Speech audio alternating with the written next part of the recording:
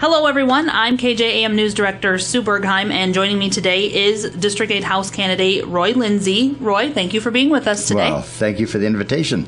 And we want to start off, first of all, with having you tell us a little bit about yourself and maybe why you decided to run for the seat in the House for District 8. Okay. I'm Roy Lindsay, and I have been in Madison since 1978. I taught 33 years at Madison High School in vocational classes, auto mechanics, carpentry, welding, basic electricity. And I'm married to Kathy. My wife's a speech pathologist at the Madison Community Hospital. We raised 8 children in the town, and this is our home. The reason I decided to run, I got a phone call from Mitch Fargen saying that he was going to get married and be moving out of the district, and what I consider running in his spot. And then about a week later, I got a call from Scott Parsley saying that he was going to run and would I run with him. And so we've talked about it, and it's something that I've always considered, but when I was teaching, it just wasn't something that I wanted to take time away from school and that to do. I feel that I've got a good background. We bought our first business in 1971, which was a theater, and we sold that and bought a farm, and we still have the farm. And then in 96, we got into the restaurant business with Subway and TCBY, and we still have those as well. So besides teaching, I think I've got a little experience also in the business world. So I'm excited. I'm excited to run for District 8, and I hope the voters give me the opportunity to represent them. Well, and being an educator for so many years, you've known what's been going on in the state as far as Yes. the funding is concerned for K through 12 education. And this year, with the passage of House Bill 1234, and then that being referred now to the ballot in November, referred Law 16. Yes. What are your thoughts, I guess, on the state of the K through 12 education system? Well, the K through 12 education system and that has been coming under fire financially for about the last 10 to 11 years. At least at the state level. The state has reduced its percentage and that it pays toward education, and as a result, they haven't reduced the mandates, so the only thing that the schools could really do was dip into reserves if they had them, and when the reserves get down to a certain point, then you start eliminating programs. The programs in that were available when my children went through, there's a lot of them that aren't available anymore. And so we're getting down to the point where the schools are pretty much down to the bare bones basics. Now, that's not to say that, that the kids, can't learn from the basics. But if we keep cutting education and yet expecting more and more from it, there comes a point when you get to, diminished returns for what you're putting into it. I have a strong feeling for vocational education, and now that's been eliminated from Madison. We need carpenters and plumbers and electricians and people who can work with their hands. And if kids don't get that experience, somewhere along the way, in middle school, high school, then they get out into the after graduation and they struggle trying to figure out what they want to do. And it just, I hate to see the way the funding has been going. We used to receive somewhere in the neighborhood of 50% of the general fund, and now I think it's down closer to 40% of the general fund. And yet on the property tax side, and that has still continued to either stay stable or go up. So House Bill 1234, which is now referred Law 16, I believe is what they're calling it now. If you had education going like it was maybe 10, 15 years ago, and then you came in with this as an addition, it might have some merit. But we have already cut things down to the point where we have very good teachers leaving the profession. And so it's a bad bill at a bad time. It also has some things in there that I question. It talks about giving bonuses to new teachers in math and science. Well, you have new teachers that have gone to college for math and science. They're coming out into the teaching profession. You're giving them a bonus for 4 or 5 years, whatever it turned out to be. What happens at the end of that bonus? They take a pay cut. Do they stay? Or do we use South Dakota as the primary starting point to move on to something else? It also talks about tenure. South Dakota doesn't have tenure. South Dakota has continuing contract. And basically what that says is that if the administrators feel that you are doing your job and doing what you're supposed to be doing and kids are learning in that, then you will receive a contract for next year and be able to continue teaching. It takes out that impulse, you're fired scenario, and that when some parent, says my child didn't get to do this or didn't get to do that, or this coach did this or this coach didn't do that, or whatever the case is, it takes that out of the picture. Mm-hmm. It also provides the job the administrator is supposed to do. If you take a continuing contract away where you can just say you're fired for no reason, then you've eliminated the need for an administrator. Because it is that administrator's job to know what's going on in the classroom and to know what the effectiveness of the teachers are. I've heard people say, well, we've got bad teachers in our school district, not meaning Madison, just in general. And my answer to that is if you have a bad teacher, it's because you have bad administrators that are not doing their job. And the administrators do get paid more than teachers, so their responsibility should be more. So there are things in that bill that have no merit at this point in time in South Dakota's education system, and there's also no basis that shows these do make improvements. There's actually information out there that shows that it makes no difference, or it actually does just the opposite of what you're hoping. Instead of teachers collaborating and working together in the same subject area, it pits one teacher against the other because it talks about 20% bonuses to the better teachers. Well, the better teacher isn't about to share their secrets with someone else, because it may jeopardize what they're going to receive in salary. So it's just a bad bill at a bad time. Okay, so if it is defeated then this fall by voters, where do you think, if you were elected and head out to Pierre in January, where do you think the discussion needs to start as far as what should be done with Well, education? I think the number one thing in that should be on the discussion is that the governor made cuts in both Medicare and Medicaid and education, as well as some other departments last year. He was foreseeing a shortfall that didn't materialize. And so what happened is he finished out the year with like a $52 million surplus in the general fund and is taking credit for balancing the books.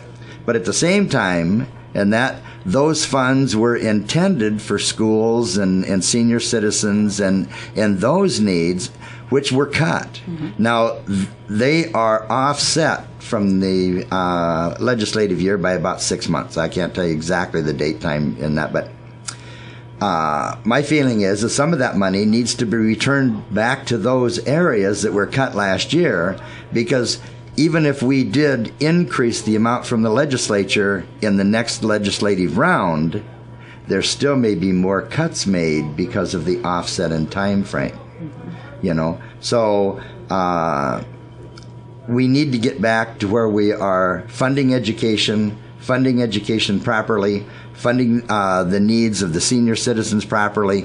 Then maybe we can take a look at doing something above and beyond, and maybe rewarding, teachers in specific areas.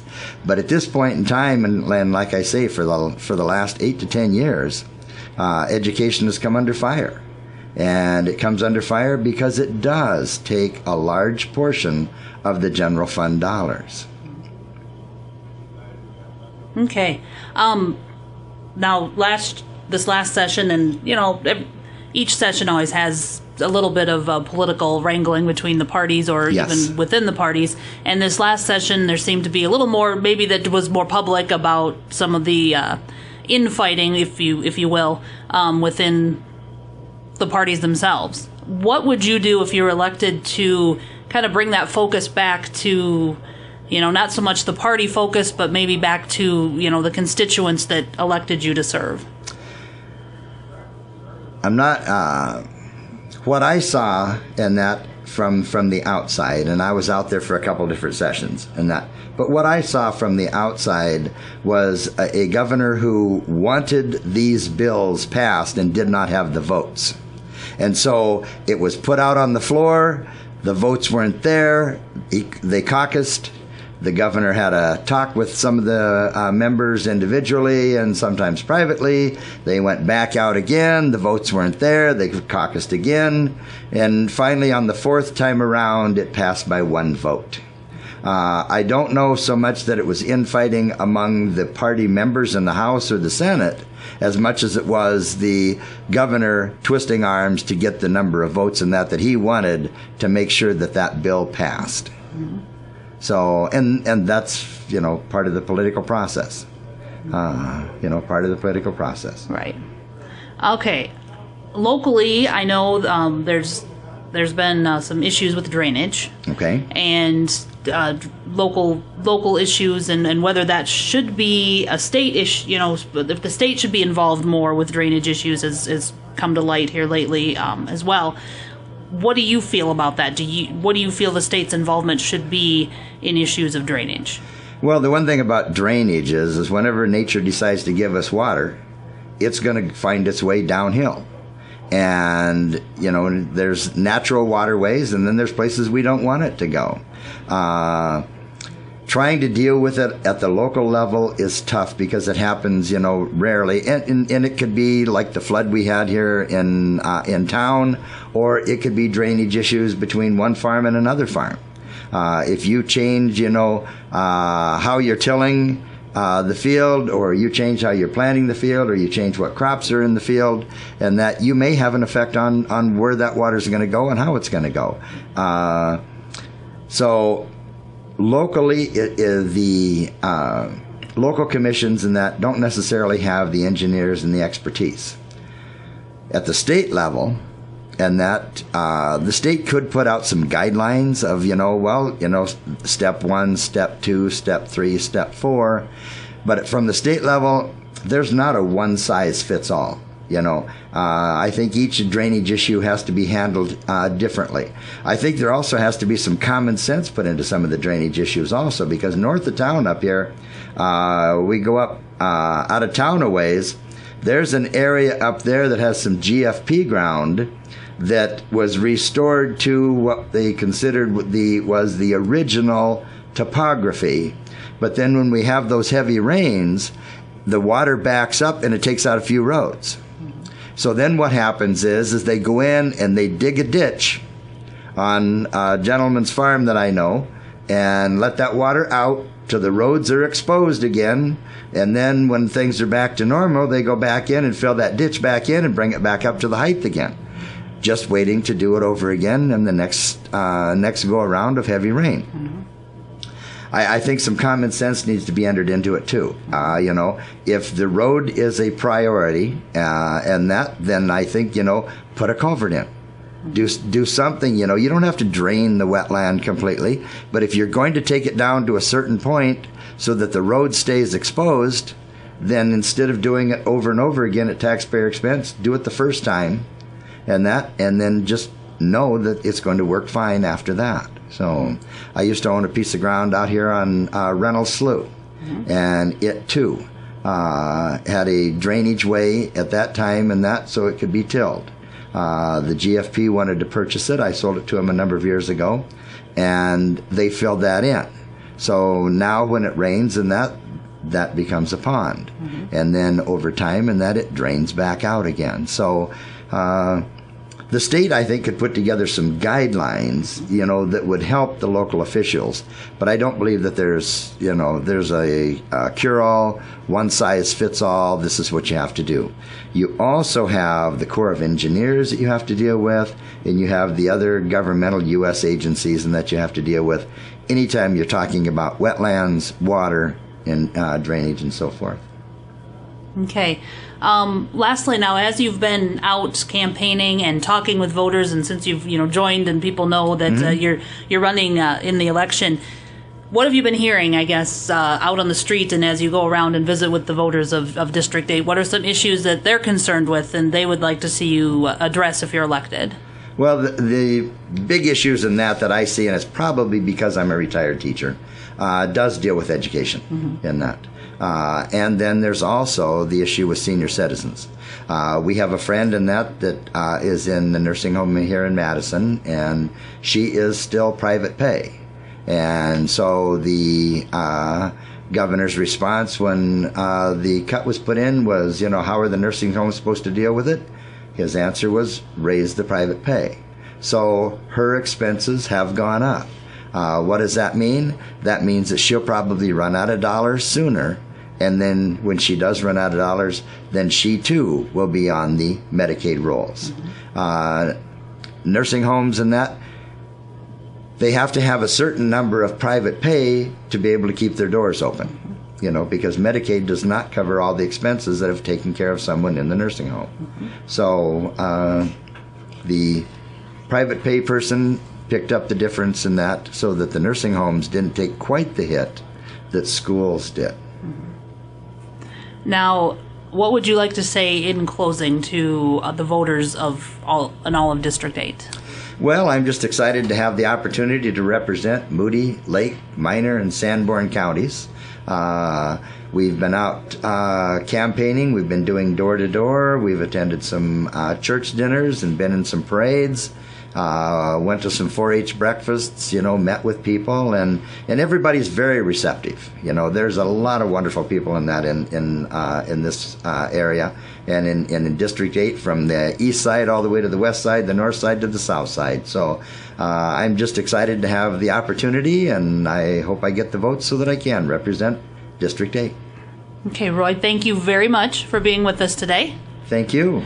And that will wrap it up for us, but we want to remind everyone to be sure to get out and vote. The general election is on November 6th, and if you are not able to make it to the polls November 6th, be sure to go to your local county auditor's office and take care of absentee or early voting ahead of that, just to make sure that your vote is heard. And the other thing that you can do is you can go to the South Dakota Secretary of State's website, and you can put in your name and your birth date, and it will bring up on the screen where you vote, and then on the right-hand side, you can also click on a sample ballot so that you can print that off and see the ballot issues that are there, and there are quite a number of them, and you can fill it out and take it in with you to transfer your vote to the official ballot.